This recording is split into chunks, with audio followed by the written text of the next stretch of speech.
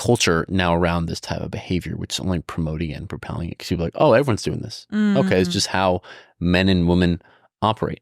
That's complete bullshit. It's also why, if we know everybody's doing this, the people who are not doing this stand out in a fantastic way. 100%.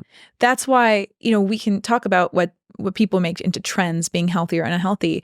To me, the call her daddy trend of let's empower women by having casual sex is so destructive and so misguided. Because if you know the biology of what happens to women after they have sex, you would never tell a woman to run around giving her most precious resource, her body, her temple, her sacred temple. Sex is such a spiritual and emotional exchange.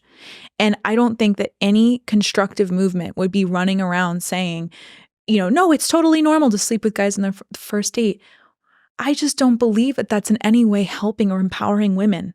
In my experience, that has done nothing but cause both myself and hundreds of women I've talked to live on my walks I'll come with a relationship-oriented topic, or sometimes I'll say, tell me how you feel about casual sex or situationships, and I will have so many women who are psychologically fried over this stuff.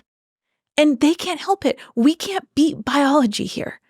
So I understand that there's an angle of this that is empowering women. And if you really do feel like after you have casual sex, you feel amazing afterwards, that's not what most women feel. Most women I talk to who have casual sex leave in the Uber crying. I can't tell you how many times that actually happened to me once. And I've had a lot of very hard issues with saying no in the appropriate moments. But there was this one specific time, just to be open with you all, that I had gone on a date. This was maybe a third date with this guy who was very respectful up until that point. We went to this amazing dinner. We walked around the city, and then he was like, oh, my apartment is actually right here if you want to go up to the Sky Lounge and check that out. In my body, I had a voice, my intuition, saying to me, don't go, say no, because he's going to try to make a move on you. And I wasn't ready to do that. But I ignored my intuition. I ignored my voice. I went up to this Sky Lounge place and we hung out there for a second. Then he said, oh, do you want to come and see my place? And again, the voice said, no, you don't want to sleep with this person. You're not ready yet. But the voice told me that, oh, well, if it starts going that direction, you can just say no and get yourself out of it. We always tell ourselves that. And then when we're actually in the position, especially as a woman who grew up in a very restrictive religious environment and did not have no in her vocabulary, did not know how to handle myself in disappointing men, fearing their reaction, being very afraid of men. When I'm actually in the position like that, I freeze and I let it happen. And if you've listened to our former episodes, this is not the only time that's happened to me. But this man, we've been on dates, a nice guy. I know he's not doing anything bad. He's just seeing, oh, let's see if it goes there naturally. So we end up having sex. And I left his apartment in the Uber crying uncontrollably because I did not want to do that. And then I felt it in my body that I had just done something I didn't want to do and that I wasn't ready for. The next day, I'm feeling terrible. He texted me because this was a really nice guy who was genuinely interested in me. So he texted me had such an amazing time with you last night. Please let me know when you're free next. Maybe we can go into swan boats, those little boats you go on the river. And I ignored him because I was really upset. And he did nothing wrong, but I felt so terrible. I felt that I had betrayed myself because I did. And then afterwards, I'm feeling this conflicting emotion of oh my God, I did something I didn't want to do. And now he's not going to value me because I had sex with him. And now he's only going to want this or expect this. And I lost my head. I lost my head and I lost my emotions. So I ignored him. Next day, he reaches out and he's like, hey, is everything okay? I noticed you didn't answer my last text. Now, this is a healthy man. This is a very respectful guy.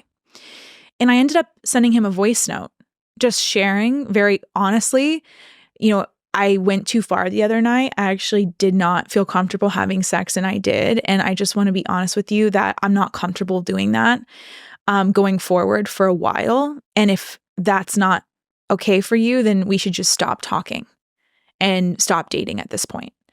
And he called me and he said, I'm so sorry for if I misread something. Like, I actually really like you as a person. I'd like to continue getting to know you and going on dates. I really think that, we could have a relationship, and I'm growing feelings for you. And I don't see you as like a sexual object. That's not the only thing I'm interested in here.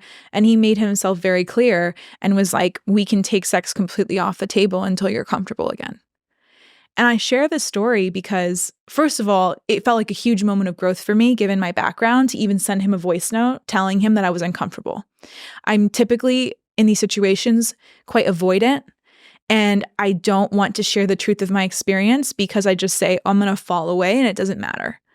But I use myself as an example here because casual sex, in literal the hours after I had it, made me psychologically in turmoil. It made me psychologically struggle to trust myself, to trust the reality of the situation, to trust him. And that is the reaction I had.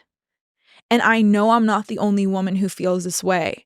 But when you are bombarded with messaging from your favorite Instagram influencers, from celebrities who are twerking on people all day long, from the over-sexualized ads, from the Call Her Daddy podcast and sex podcast talking about how let's just talk about our sex escapades all the time and not ever talk about our emotional states in these escapades, I feel it's incredibly dangerous for most women, or any women who feel the way that I feel after casual sex, to keep perpetuating this narrative that women can have sex like a rock star and women can have sex like men, and detach their emotional core from the act. So I hope all of that was at the very least helpful in understanding where I got this perspective. After that happened to me, and I felt so emotionally torn up about it, that's when I started looking into why. That's when my research journey on why does my brain scramble after I have a casual sex encounter with a man? And then I learned what I learned about the hormones in the body and how men and women react to sex differently when oxytocin is released. And when you look into the science of it, the biology of it, everything changes. That in that very moment is when I decided to celibate date. That is what informed my decision to say, I don't want to scramble my emotions in my brain anymore. I want to keep a clear head. I want to keep my expectations abundantly clear with the men who date me that there will not be sex on the table for a while. And that's exactly what I did. Thank you all for watching the last video. If you want to watch another one, you can click here, or somewhere over here. That's it for today. Sending much love your way.